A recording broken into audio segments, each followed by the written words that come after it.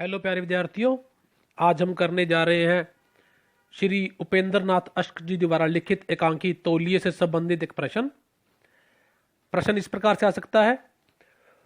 उपेंद्र नाथ अश्क द्वारा लिखित एकांकी तौलिए का सार अथवा प्रतिपाद्य अपने विषय शब्दों में लिखिए।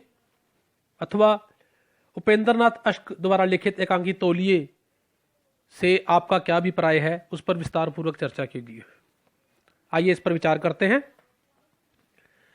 प्रस्तुत एकांकी में अश्क जी ने मध्यवर्गीय परिवारों में बढ़ रही दिखावे की प्रवृत्ति और झूठे और खोखले शिष्टाचार पर एक तीक्ष्ण व्यंग किया है। एकांकी का कथासार इस प्रकार से है। बसंत एक फर्म का मैनेजर है, 250 रुपये उसका वेतन है, पर नई दिल्ली जैसे शहर में 250 वेतन का कोई महत्व नहीं। बस उसके पास स्टेटस अवश्य है कि वह एक फर्म का मैनेजर है। घर में टेलीफोन उसी स्टेटस का प्रमाण है। नाटक का पर्दा बसंत के घर के ड्राइंग रूम से खुलता है, जो मध्यवर्गीय परिवारों की तरह ही सजा है। कमरे में लटक रहे कैलेंडर से पता चलता है कि नवंबर का महीना है। पर्दा उठते समय हम बसंत को श्रृंगार मेज के सामने बैठा हजामत बनाते हुआ देखते हैं। हजामत बन चुकने के बाद पर एक छोटे तौलिए से जब वह मुंह पोंछने लगता है, तभी उसकी पत्नी मधु प्रवेश करती है और बसंत को मदन के तौलिए से मुंह पोंछने पर डांटने लगती है। बसंत हंसी हंसी में कहता है कि दोनों तौलिए एक जैसे हैं, इसलिए यह गलती हुई है। मधु इसी बात पर मुंह फुला लेती है। तब बसंत उससे पूछता है कि क्या नाराज हो गई हो? तो मधु व्यंग से हंसकर कहती है कि नहीं, वह नाराज नहीं है। तब बसंत उससे कहता है कि वह उसे अपने मन को भावों को छिपा नहीं सकती। उसका चेहरा सारा भेद खोल देता है और चेहरा उस समय यह बता रहा है कि तुम नाराज हो। फिर वह मधु को कहता है, तुम्हें मेरी आदत बुरी लगती है, पर मैंने तुम्हें अंधेरे में नहीं रखा। अपने संबंध में, अपने स्वभाव के संबंध में सब कुछ बता दिया था। बसंत उसे समझाता है कि इस प्रकार चिड़चिड़ कर उसने अपने स्वास्थ्य का सत्यानाश कर लिया है। वह उसे यह भी बताता है कि वह स्वयं सफाई पसंद करता है, पर वह उसकी तरह अरिस्टोक्रेटिक वातावरण में नहीं पला और ना ही उसे ऐसी नजाकतें आती हैं। बसंत उसे बताता है कि उनके घर में एक ही तौलिया होता था, उसी को वह 6 भाई काम में लाते थे। बसंत की पत्नी मधु कहती है कि वह उसे अरिस्टोक्रेटिक कहकर उसका उपहास उड़ाते हैं। वह कब कहती है कि 10-10 तौलिए हों? इस पर बसंत कहता है कि 10 और किस तरह होते हैं? नहाने का अलग, हजामत का अलग, हाथ मुंह पोंछने का अलग, और फिर तुम्हारे और मदन के अलग। मधु बहस करती हुई अपनी बात को सत्य सिद्ध करने का प्रयास करती है और कहती है कि इस तरह बीमारी लगने का खतरा होता है। इस पर बसंत उसे समझाता है कि वह 6 भाई एक ही तौलिए का प्रयोग करते रहे, उन्हें तो कभी बीमारी लगी नहीं। बीमारी इस तरह नहीं लगती, वह तो लगती है शरीर की कमजोरी के कारण। अपने मत के समर्थन में बसंत चूहा सैदन शाह गांव का उदाहरण देता है, जहां के निवासी जोहड़ तालाब का पानी पीते थे, मैला और कीचड़ भरा हुआ।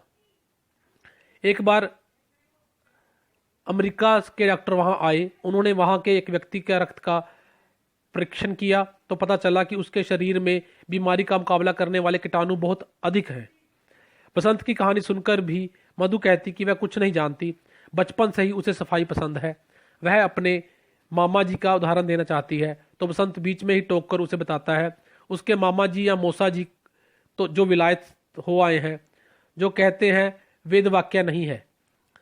फिर वह उसके मामा जी को 2 घटनाएं उसे बताता है कि किस प्रकार उन्होंने उसके लिए तौलिए से हाथ नहीं पहुंचे और किस प्रकार उसे अपने हजामत करने के सामान को दिया तो वह ब्लेड को फेंक दिया और शेष सामान की स्टेरिलाइज करने को कहा। पति पत्नी में विवाद और बढ़ जाता है। बसंत कहता है कि उसे जीवन से घृणा नहीं, शरीर से घृणा नहीं, और सच पूछा जाए तो गंदगी से भी घृणा नहीं है, किंतु वह गंदगी पसंद नहीं करता। वह अपनी पत्नी को बताता है कि जिन गरीबों को तुम अपने बरामदे के फर्श पर पैर नहीं रखने देती, वह उनके पास घंटों बैठ सकता है।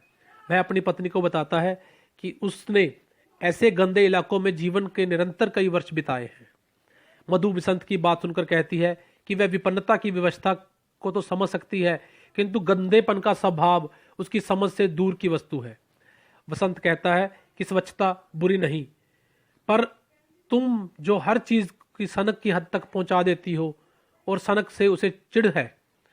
वसंत मधु से कहता है कि बनियान और तौलियों की कैद तो उसने मान ली, किंतु यदि वह गलती से बनियान ना बदल पाए या गलत तौलिया ले ले तो उसका यह मतलब नहीं कि वह उसके स्वभाव पर मुंह फुलाकर बैठ जाए या उसे इस विशैली हंसी बिखेरनी चाहिए।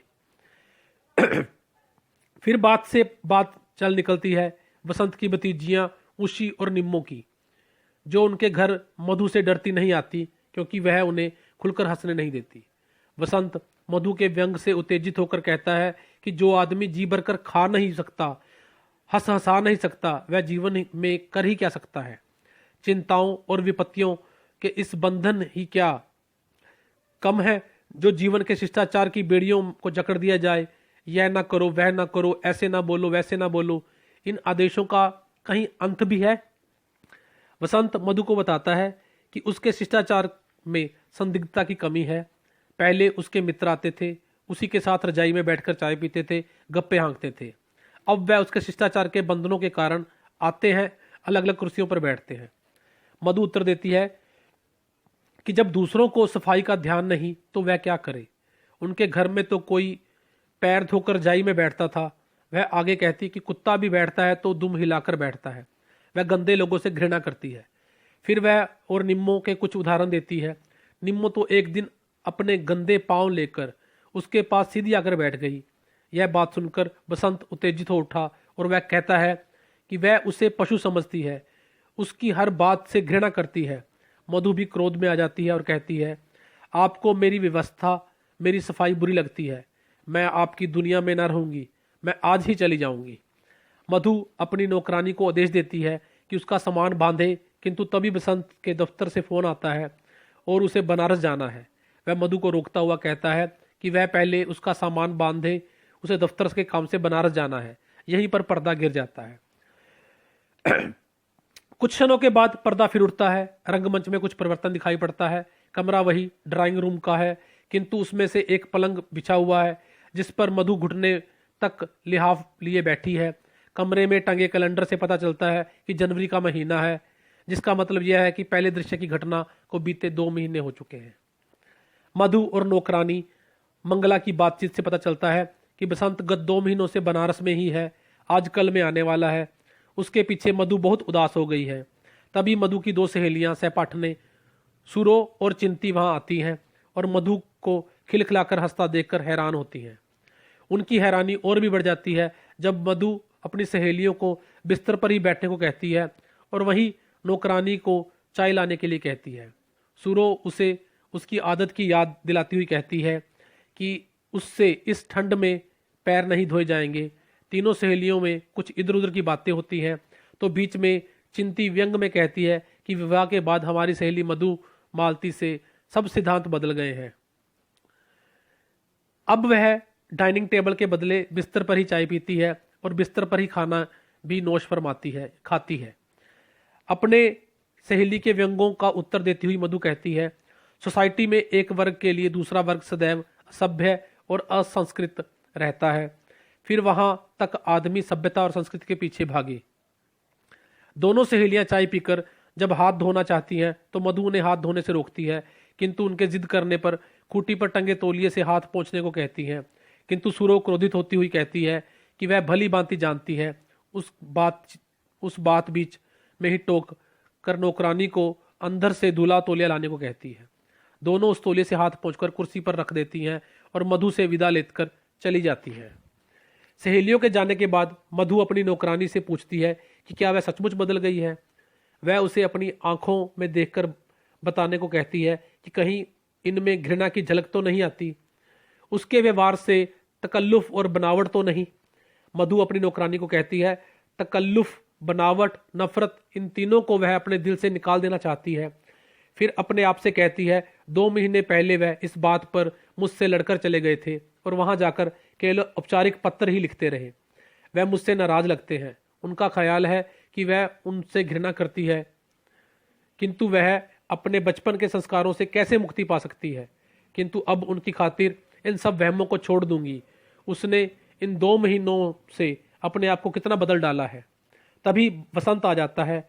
आते ही वह उसकी सेहत के बारे में पूछता है, फिर कमरे की काया पलट को देखकर पूछता है कि वह पलंग ड्राइंग रूम में कैसे आ गया। वह बिस्तर पर पड़े हुए प्यालों और ट्रे को देखकर भी चकित होता है। मधु उसे बताती है कि वह अपनी सहेलियों के साथ इस लिहाफ में बैठ रही थी। यह सुनकर वसंत प्रसन्न हो जाता है। मधु उससे पूछती है कि वह उससे नाराज तो नहीं। उसने 2 महीने से एक भी पत्र नहीं लिखा और वसंत कहता है कि काम की व्यस्तता के कारण ऐसा ना कर सका। तो मधु अपने पुराने रंग में आ जाती है, उसे पहले नहा धोकर कपड़े बदलने के लिए कहती है और वसंत को सुरों वाले तौलिए से हाथ पोंछते हुआ देखकर डांटना शुरू कर देती है और इसी नोकझोंक के साथ नाटक समाप्त हो जाता है। धन्यवाद विद्यार्थियों।